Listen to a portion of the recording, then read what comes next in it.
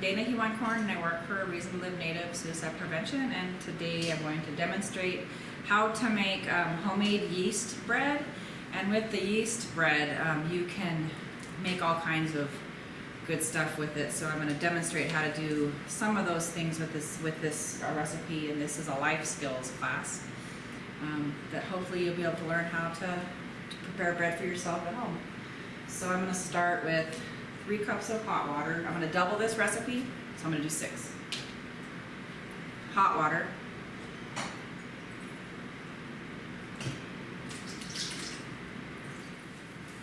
$12 tablespoons of sugar, which I should know what that is, but I don't. 3/4 cup. Is that all it is? Yep. 4 tablespoons in a 1/4 cup. So 12 tablespoons is 3/4 Sugar is right behind you in that bag over there. Well, yay, I don't have to do 12 tablespoons. That would take forever.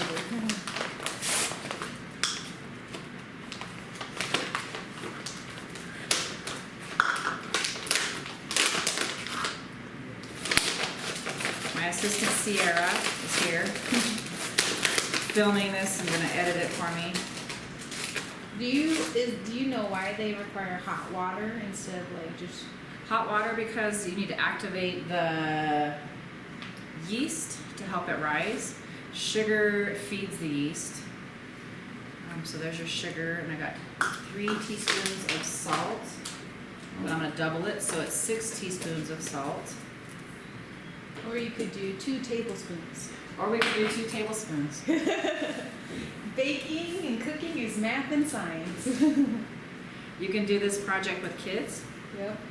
My kids like it. They love to help me with my dough. I do 100 rolls for Thanksgiving, usually when we're able to have big family events. Because I know that math now, I need 6 tablespoons or 3/4 cup oil. I'm using canola oil. It's a little bit healthier than other choices I've heard. Yep. Full of plenty of heart-healthy fats, monounsaturated, polyunsaturated fats. So now, now it calls for 6 cups of flour. I'm using just all-purpose white flour because that's what I had at the house. I just recently changed to unbleached flour. I have not yet tried to make it with white flour or with wheat flour. But even though we're using white enriched flour, all-purpose white flour, there's still health benefits to this. We're not getting all the fillers of buying white bread at home. I know exactly what's going in here. There's no preservatives, those stabilizers, all those things that go in your bread that you buy off the shelf are not going in this bowl. So I need 6 of these.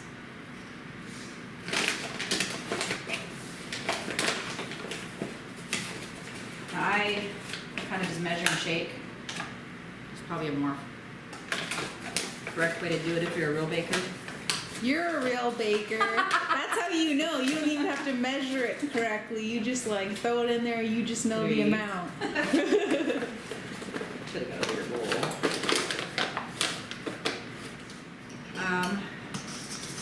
I have farm fresh eggs that I'm going to open up and put in this cup because that's what you're supposed to do with eggs that, I think you're supposed to do with all eggs in case you get a chicken. I kind of don't want to mess with a chicken. So on my eggs, I'm going to open the eggs up into this bowl. You can compost these if you're doing compost. The egg is good, no yucky stuff. My cousin friend gave me these eggs. So then I got my 4 eggs. I'm going to put them in here. I'm beating it now. I'm going to beat all this up.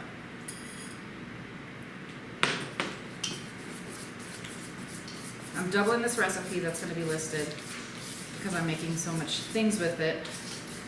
My kids are going to love me when they get off the bus today.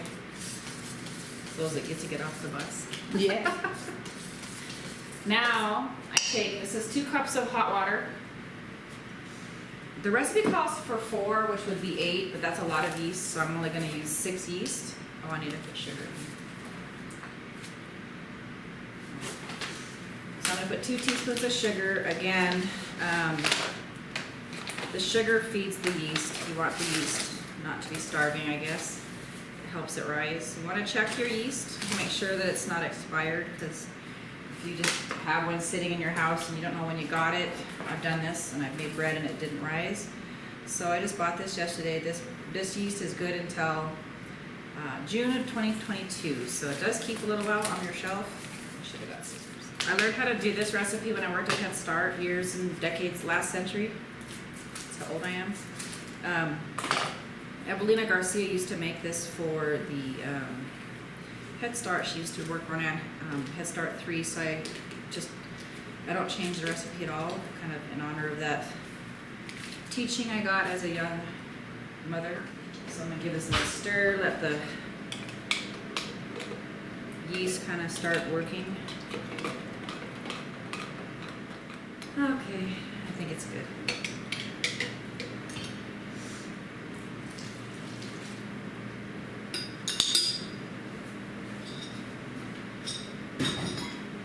So now, after I mix this up, it's about this full. This bowl's kind of small, but I have another one, so I'll be adding. After I knead this, I'll put it in 2 different bowls to let it rise, just because it's so much bread. Now you add flour until it forms dough enough to knead. So I just kind of add some as I go. It was, oh, I should have filmed before that. It was pretty soupy, kind of. And then we'll just add flour. Pretty soon I'll get this whisk off and use probably a wood spoon. And then my hands that I have washed. Okay.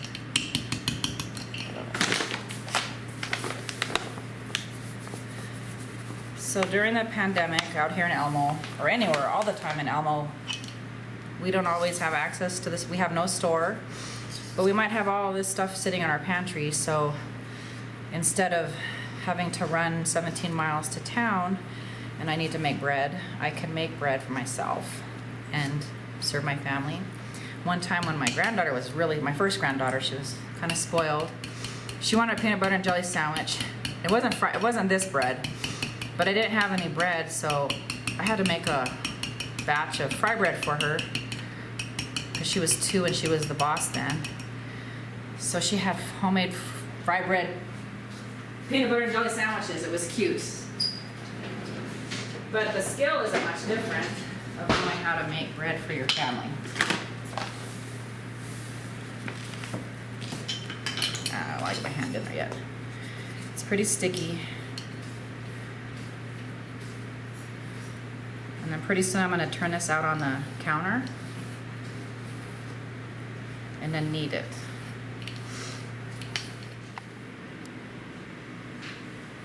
That's a big batch of bread. So these are, I can't come to a family Thanksgiving dinner without making this. They don't let me come. No. It was really weird this year because we didn't do our big dinners. It was really sad, actually. I'm sure y'all felt it in different ways at home. So I think this might be the first time I've made a big batch of bread because we didn't need it like that. So I probably need more flour. Just dirtier kids can do this if you want them to.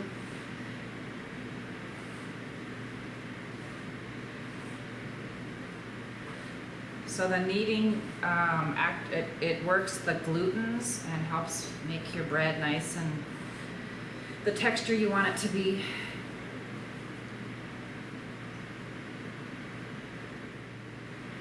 So at this point, it's not really, you're not measuring anymore, you're just kind of getting the feel for it, but you're gonna see it's gonna look like bread dough. You get mad, having a rough day, you need to heat up something, go grab some bread. But you could do this, like I said, I started doing, I don't know who told me to, but they suggested I start using unbleached flour.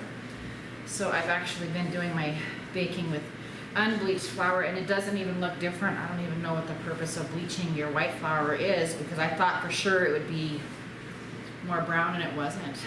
In fact, someone wanted to borrow some flour from me, and I said, I have some, and I put it on the counter for them to come pick up at my house. And Billy took the little bit of white flour and left the unbleached flour, thinking it was wheat flour, and it wasn't. They were going to use it for fry bread. So I was like, I opened it up, and it's like, it made no difference. So I will no longer be purchasing this kind of flour. I will be purchasing when I do stuff like this, whether it's any kind of baking or fry bread or whatever dough we're needing to do flour, it'll be unbleached. But I do want to graduate and try my luck at whole wheat breads and other grain breads. I haven't done that yet. I wonder if you even just did half of it with whole wheat and half of it with First? unbleached. Yeah, just do That would half be and good. half. Yeah. See how it turns out. Yeah, maybe I will try that. So you see how it's a nice dough.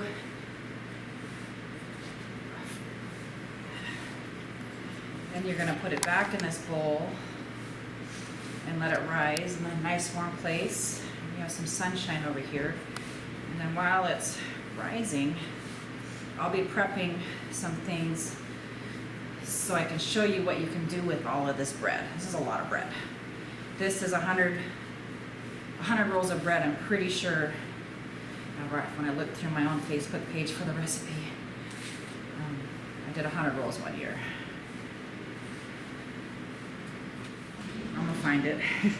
I'm gonna cut this in half and put them in 2 different bowls, but I'm gonna show you what I'm gonna do with one of them.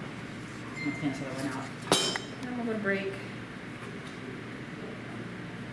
So you take your bowl, put a little bit of oil in it. Mix it around.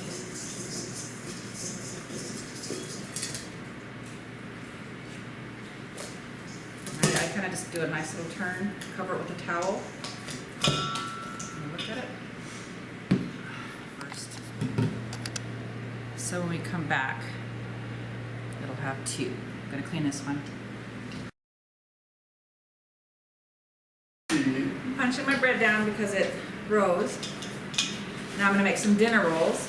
So you take your bread and you just make nice little round things. You can make all kinds of things with this. You can make pizza dough, cinnamon rolls. A family favorite of ours is wiener wraps, where we take a piece of bread and a piece of the dough, and you put a hot dog in it and wrap it all the way around. And our family eats those a lot. Not a lot, but when I make these, because I don't make these often. Dough feels really good. So and then you let it rise another time. And then they'll be done. So it feels really good. It's fun to play with. Kids love to play with this. We make cinnamon rolls, like I said. You can make like calzones. You can make pizza sandwiches, I guess, or ham and cheese sandwiches. With this bread, you can put stuff in it.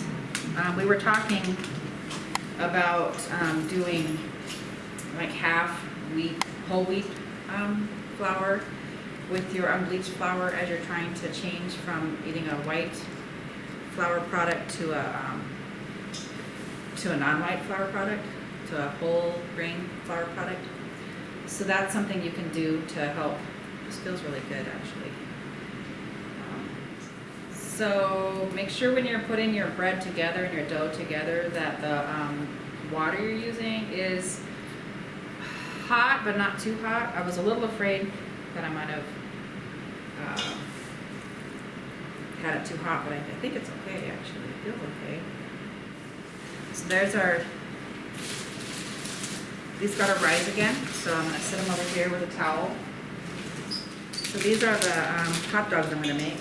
So you just take your dough.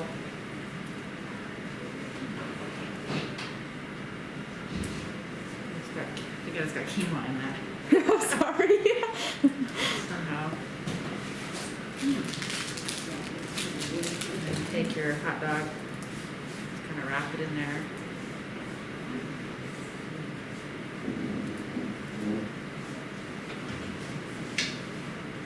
So are you gonna let those hot dogs rise more too? Yeah, Okay. you want to do the second rise because this is a yeast bread. You can also do this similar with just a quick bread like biscuit bread or like baking soda, Yep. baking powder where it doesn't have to rise. So if you took the recipe that we did, you could make your bread for a couple days or a week, depending on how much you eat. You can make it in a loaf pan, which I might.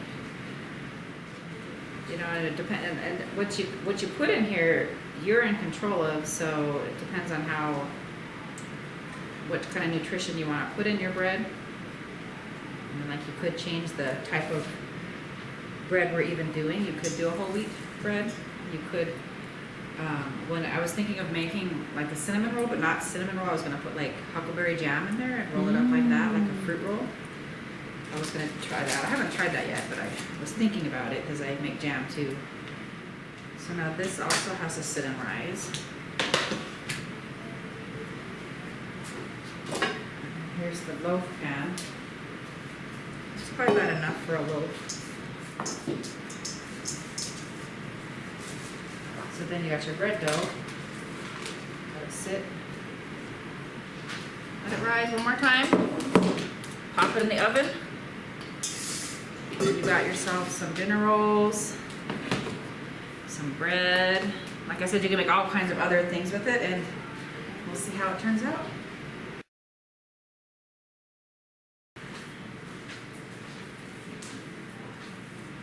So this is where I said you can make cinnamon rolls. You roll it out and put your butter on it and your cinnamon. And I'm gonna make pizza. It's a simple pizza for the kids. When they get off the bus. Because then I'm the cool parent, not the one that always has to make them eat the vegetables. But if you're really good about what you're cooking, you can sneak that stuff in. Mm-hmm. I do it all the time. So this one I'm going to put, my kids aren't picky, so I'm going to put onions, green peppers, mushrooms. We're going to put it in this weird shaped pan, or not, we're going to put this weird bread in this pan. I'll move it around.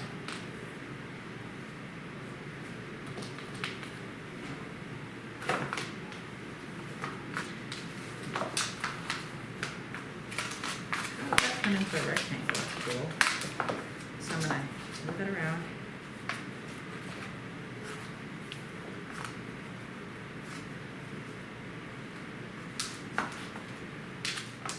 And you can get pretty creative on what you can make this a sweet treat with your fruits and stuff on it. So I just bought the store stuff. So I could make my own pizza sauce if I wanted to. It's your favorite toppings, whatever you like. Evelina used to make, when she'd make it for Head Start, she'd put all of the toppings in a great big bowl, the chopped up different meats, the different vegetables, and just mix it all in. So I'm doing a miniature version of that.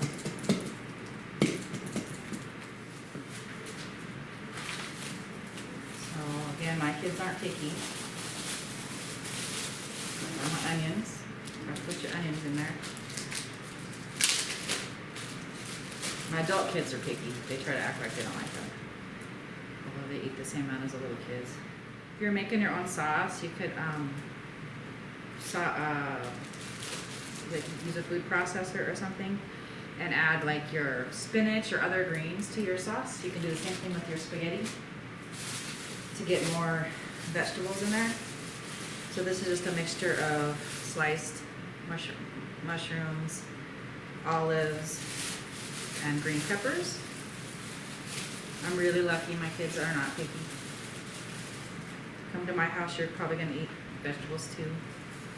You think that they're not picky probably because you introduced them to vegetables? Yeah. When they were young? Yeah, they always have eaten vegetables. They all go through their stages, and there's things that they don't like, just like there's things I don't like. Mm-hmm. But at least they'll try it.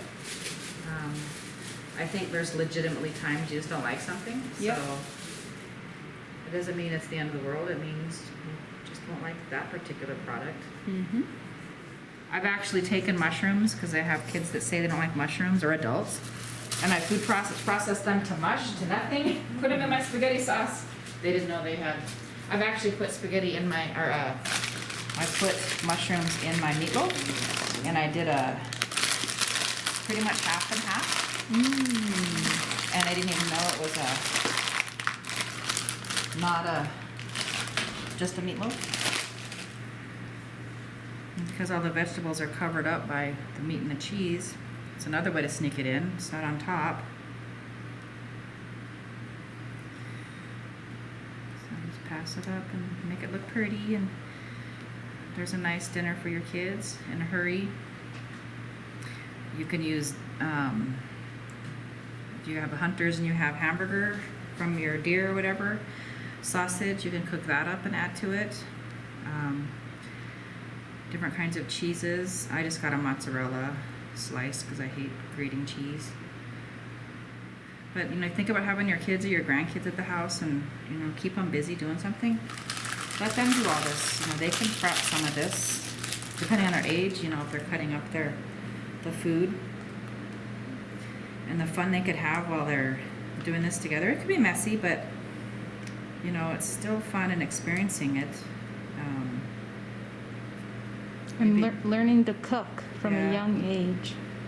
And my one granddaughter, she loves beets, and it's like she really never had them till last year. She's in 5th grade.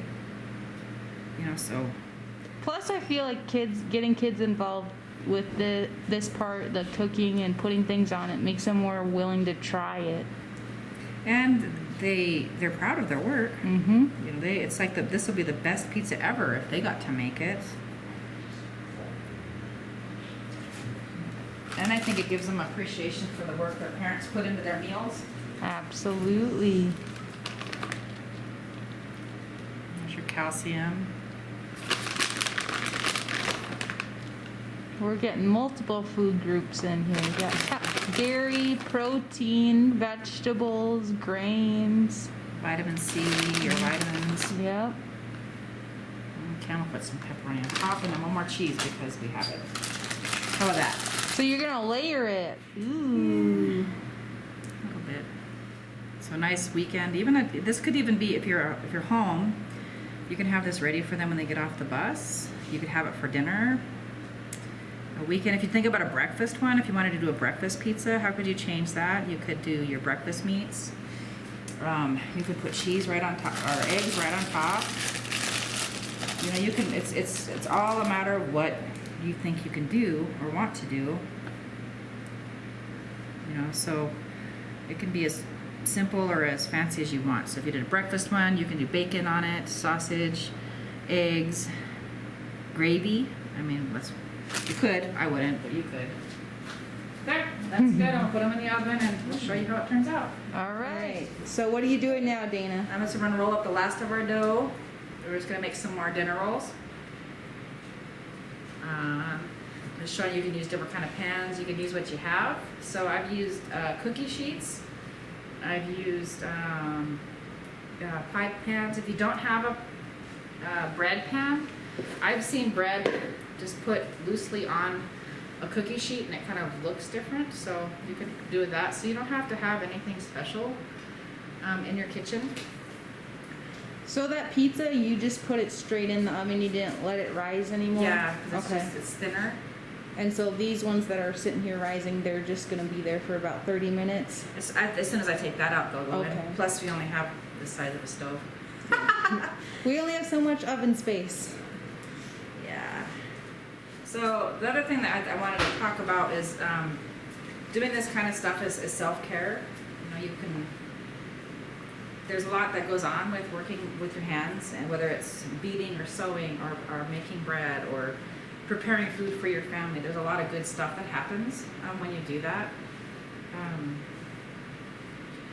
And it makes you feel better. So as you're doing this kind of work for your family, your loved ones or friends, or yourself, there's a lot of benefits that happen for you. Self-care is really important. And what better way to do that than to know exactly what's going in the food you're preparing. and it's fun. I mean, I've seen really cool things on Facebook where they take your bread like this, you know, put it in your cake pan. I haven't done this yet, but I'm gonna when my garden gets going pretty big, is where they do like art pieces. We're gonna put butter on it and garlic. So, do you want to make that? Yeah, I'll start putting that together. All right, and then we're just gonna make some breadsticks. So I'm not really cutting; I'm just kind of pressing. Tears apart.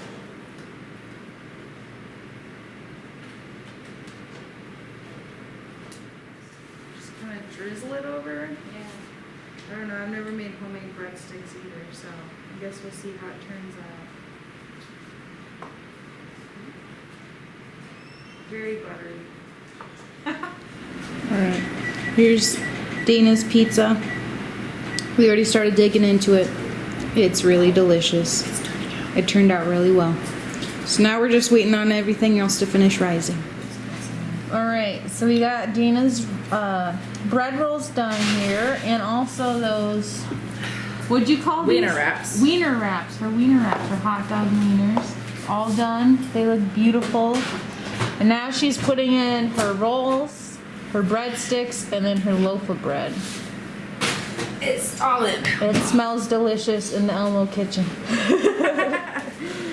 Alright, and this is the last of it. Our garlic butter breadsticks and our rolls. Good job, Chef Dana! Woohoo! Delicious.